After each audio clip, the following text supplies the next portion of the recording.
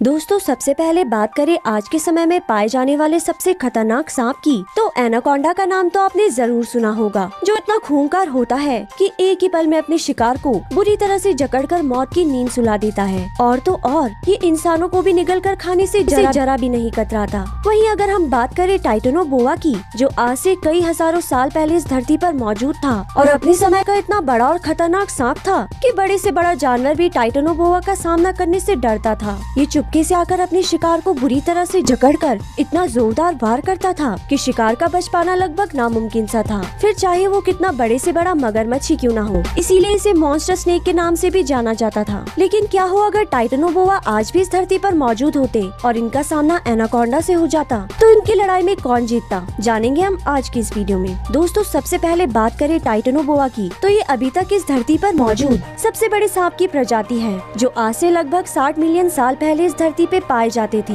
इनकी लंबाई लगभग 40 से 43 फीट, वही वजन 1100 से 1500 किलोग्राम तक हुआ करता था और इनके शरीर की चमड़ी भी काफी मोटी हुआ करती थी। इतना बड़ा और विशालकाय शरीर होने के कारण ये बड़े से बड़े मगरमच्छ का शिकार भी बड़ी ही आसानी से कर लिया करते थे। दोस्तों वैसे तो ये ज्यादातर नॉर्थ कोलंबिया और साउथ अमेरिका के घने जंगलों में ही राज किया करते थे, लेकिन इनकी दहशत के चलते दूर दराज खड़ा बड़े से बड़ा शिकारी भी इनसे लड़ना तो दूर, इनके सामने आने की भी नहीं सोचता था। भाई ये इतना खतरनाक था कि अगर बाई चांस खाना न मिले तो ये अपने बच्चों तक को भी खाने से संकोच नहीं करता था। इनकी जकड़ इतनी मजबूत हुआ करती थी कि अगर कोई शिकार इनकी पकड़ में आ जाए तो उसका बच पाना लगभग नामुमकिन सा था। यहाँ तक कि ये डायनासोर्स को भी अपना भोजन बना लिया करते थे। ये जानकर तो आप इनकी ताकत का अंदाजा लगा ही सकते हैं कि वाकई ये कितने खूंखार सांप हुआ करते थे, कि अगर आज भी इस धरती पर मौजूद होते तो कोई जानवर तो क्या, हम इंसानों का भी जीना मुश्किल हो जाता। शिकार करने के लिए पहले तो ये अपने शिकार को जकड़ते और फिर एक जोरदार वार करते, जिसके चलते शिकार की मौके पर ही मौत हो जाती और फिर आहिस्ता आहिस्ता उसे निगल कर अपना पेट भर लिया करते थे।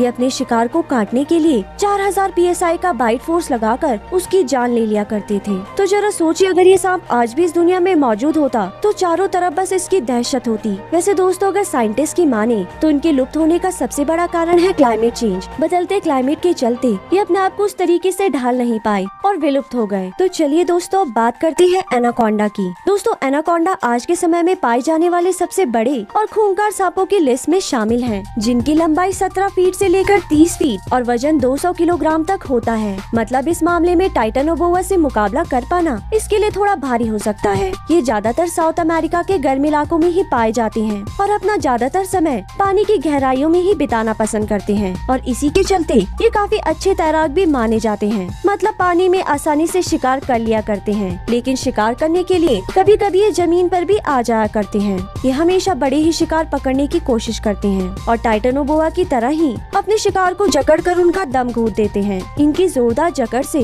शिकार का दम तो घुटता ही है, साथ ही साथ उसकी हड्डियां भी चकनाचूर हो जाती हैं, जिससे उसके पल भर में ही तड़प तड़प कर मौत हो जाती है। ये अपने शिकार को काटने के लिए लगभग 800 से 900 PSI के बाइट फोर्स का इस्तेमाल करते हैं। दोस्तों कभी कभी तो ये अपने शिकार पर अचानक से आकर अटैक करते हैं और सीधे निगल जाते हैं, इसीलिए बड़े से बड़ा मगरमच्छ भी इनसे दूरी बनाए रखता है। तो दोस्तों बात करते हैं एनाकोंडा और टाइटेनोबोआ के बीच होने वाली फाइट की। तो दोस्तों आपको ये बात तो पता ही होगी कि फाइट में साइज का काफी इम्पोर्टेंट रोल होता है, क्योंकि जिसके पास बड़ा और ताकतवर शरीर होता है कहीं न कहीं उसके पास इसका एडवांटेज भी होता है। और टाइटेनोबोआ का आकार व साइज एनाकोंडा के मुकाबले काफी ज्यादा बड़ा होता है, इसीलिए इस मामले में एनाकोंडा के लिए टाइटेनोबोआ को हरा पाना मुश्किल ही नहीं बल्कि नामुमकिन सा है। हालांकि एनाकोंडा के शरीर की जकड़ काफी मजबूत है, लेकिन टाइटेनोबोआ की जकड़ ही नहीं बल्कि पूरी चमड़ी ही इतनी मजबूत होती है कि एनाकोंडा अपने 900 PSI का बाइट फोर्स का इस्तेमाल करके उसे काटना भी चाहे तब भी टाइटेनोबोआ जैसे ताकतवर सांप को नहीं मार सकता।